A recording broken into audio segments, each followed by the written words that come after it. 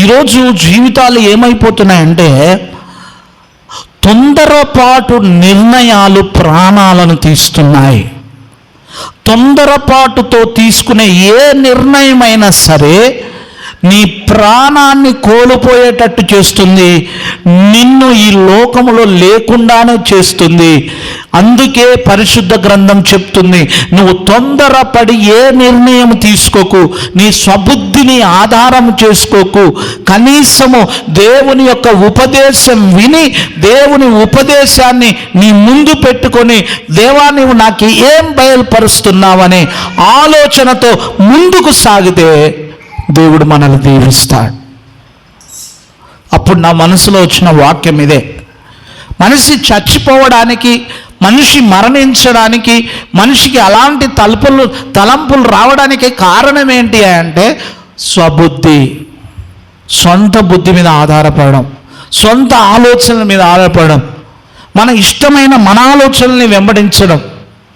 ఈరోజు మనిషిని ప్రశాంతత లేకుండా చేస్తుంది ఏంటంటే నీ చేతులు ఉన్న సెల్ ఫోన్. ఒక కాల్ వస్తే ఆందోళన, ఒక ఫోన్ వస్తే ఆందోళన. ఎలా ఆందోళన చేస్తుందంటే ఎక్కడ కూడా మనిషిని ప్రశాంతంగా లేకుండా చేస్తూ ఉంది. ఎందుకు అంటే మనిషి ఈరోజు పెద్దల యొక్క ఆలోచన వినట్లేదు, సంఘ కాపరి ఆలోచన వినట్లేదు, సంఘ పెద్దల ఆలోచన వినట్లేదు, కుటుంబ పెద్దల ఆలోచన వినట్లేదు, దైవ వాక్యము బోధించేటువంటి ఈ బోధన పద్ధతిని వారు వినట్లేదు. వారు సొంత బుద్ధిని అనుసరించి నడుచుకుంటున్నాడు. కానీ ఈ పరిశుద్ధ గ్రంథం చెప్తున్న సత్యం ఏంటంటే నీ స్వబుద్ధిని నువ్వు ఏమాత్రం కూడా మళ్ళొకసారి చదువుతావు తల్లి ఆ వచనం, 5వ వచనం అందరూ చూస్తారా? ఒకసారి అండర్లైన్ చేసుకోండి ఆ మాట. ఈరోజు నెమరు వేసుకోండి. నీ స్వబుద్ధిని ఆధారము చేసుకొనక, నీ స్వబుద్ధిని ఆధారం చేసుకొనక, నీ పూర్ణ హృదయముతో యెహోవా యందు నమ్మిక ఉంచుము. ఎవరి యందు నమ్మిక ఉంచాలి? దేవుని మీద నమ్మకం ఉంచాలి. ఒక సమస్య వచ్చిందంటే ఆ సమస్య నుండి దేవుడు విడిపిస్తాడు, ఆ సమస్య నుండి దేవుడు నడిపిస్తాడు. సమస్యలు రాక మానవు, కష్టాలు రాక మానవు, ఇరుకులు రాక మానవు, ఇబ్బందులు రాక మానవు, మనశ్శాంతి లేని రాత్రులు మనకు ఉండకపోక మానవు. కానీ వాటి నుండి విడిపించేటువంటి యెహోవా యందు పూర్ణ మనస్సుతో మనం ఏం చేయాలా? నమ్మకం ఉంచాలి. విడిపించే దేవుని మీద నమ్మకం ఉంచాలి. 2 రోజులైంది నేను అమ్మగారు ఇద్దరు పడక మీదకి వెళ్ళి లేవకుండా సిక్ అయిపోయాం. కంటిన్యూస్ వామిటింగ్ అవుతుంది, కంటిన్యూస్ సిక్ అయిపోయాం. మా పిల్లలు 2 days చాలా ఇబ్బంది పడ్డా. మమ్మీ సిక్ అయింది, డాడీ సిక్ అయిండు.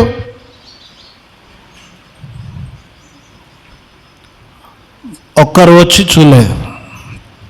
తర్వాత కొంతమంది బిడ్డలు వచ్చి చూశారు. మార్నింగ్ ప్రేయర్లో వాళ్ళకు తెలుసు కాబట్టి చూశారు. మాకు తెలియలేదు అయ్యగారు, మేము రాలేకపోతున్నాం. మేము దానికి ఏం తప్పు పట్టట్లేదు. కానీ మనకు సమస్య వచ్చినప్పుడు, కష్టం వచ్చినప్పుడు, బాధ వచ్చినప్పుడు నువ్వు దేవుని యందు నమ్మకం ఉంచుతున్నావా? నీ స్వబుద్ధిని ఆధారం చేసుకొని వెళ్తున్నావా? నీ స్వబుద్ధిని ఆధారం చేసుకుంటే ఏమవుతుందంటే అక్కడ ఫెయిల్ అవుతావు. మనకెవరో సాక్ష్యం కాదు, జోసెఫ్ ఎప్పుడు ఏ పని చేయాలన్నా తను మొట్టమొదటిగా మమ్మల్ని వినవించుకునే మాట అండి, అన్న ప్రేయర్ చేయండి, ప్రార్థన చేయండి. నిజంగా తాను ఫేస్ చేసిన ప్రాబ్లం ఎట్లాంటిది తెలుసా? మీకు తెలియదు. తాను ఫేస్ చేసిన ప్రాబ్లం కోట్ల విలువైనటువంటి ఆస్తి కోల్పోతాడేమన్న భయం వలన తనకు వచ్చేసింది. ఎట్లా డిప్రెషన్కి గురయ్యారంటే వారు భార్యాభర్తలు ఇద్దరు ఏడుస్తున్నారు. పిల్లలు వారి కుటుంబంలోకి వెళ్తే నేను వాళ్ళ ఇంటికి వెళ్ళి ప్రార్థన చేస్తే దాదాపు ఒక 10 నిమిషాలు ఆగకుండా ఏడుస్తూనే ఉన్నాడు తమ్ముడు. ఆ రోజు నేను చెప్పాను, నీ స్వబుద్ధి మీద ఆధారపడకు, నీ పూర్ణ మనస్సుతో దేవుని మీద ఆధారపడు. ఈరోజు ఆధారపడ్డాడు, ఆ సమస్య నుండి దేవుడు విడిపించాడు. చప్పట్లు కొడదాం. విడిపిస్తాడు. కానీ మనం ఏం చేస్తాం తెలుసా? నా స్వబుద్ధి, నా సొంత ఆలోచన.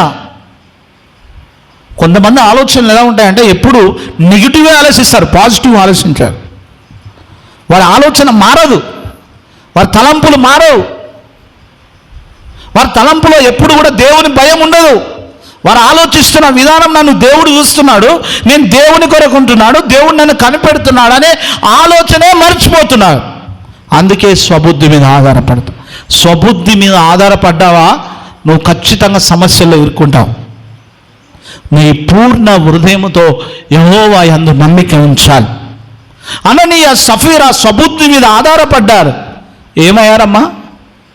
అపోస్తలుల కార్యం 5వ అధ్యాయంలో అననీయ సఫీరియాలు వారు సబుద్ధి మీద ఆధారపడి వారు దైవజనుని సైతము పరిశుద్ధాత్మను సైతము వారు మోసం చేసినప్పుడు వారి జీవితాలు ఏమైపోయాయి? చదువుతారు ఒకసారి. అననీయ అని ఒక మనుష్యుడు ఉండెను, తన భార్య అయిన సఫీరాతో ఏకమై పొలమమ్మెను. భార్య ఎరుకనే ఈ మాట రాసుకోండి. భార్య ఎరుకనే. వాడు దాని వెలలో కొంత దాచుకొని కొంత తెచ్చి అపోస్తలుల పాదముల యొద్ద పెట్టెను. అప్పుడు పేతురు అననీయ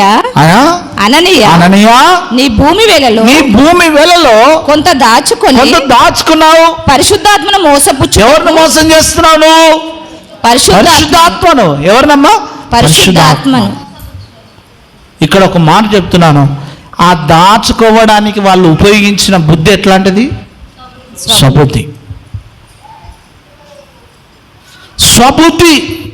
స్వబుద్ధితో బ్రతికితే ప్రియులారా, నీకు సమస్య నుండి భయపడవు. నువ్వు సమస్య నుండి బయటపడవు, సమస్యలోనే ఉంటావు. 26వ కీర్తనలో మనం చదివాం, పనికి మానిన వారితో సాంగత్యం చేయొద్దు అని బైబిల్ చెప్తుంటే, పరిశుద్ధ మందిరంలో ఉండాల్సిన మనం పనికి మానిన వారితో సహవాసం చేస్తున్నాం.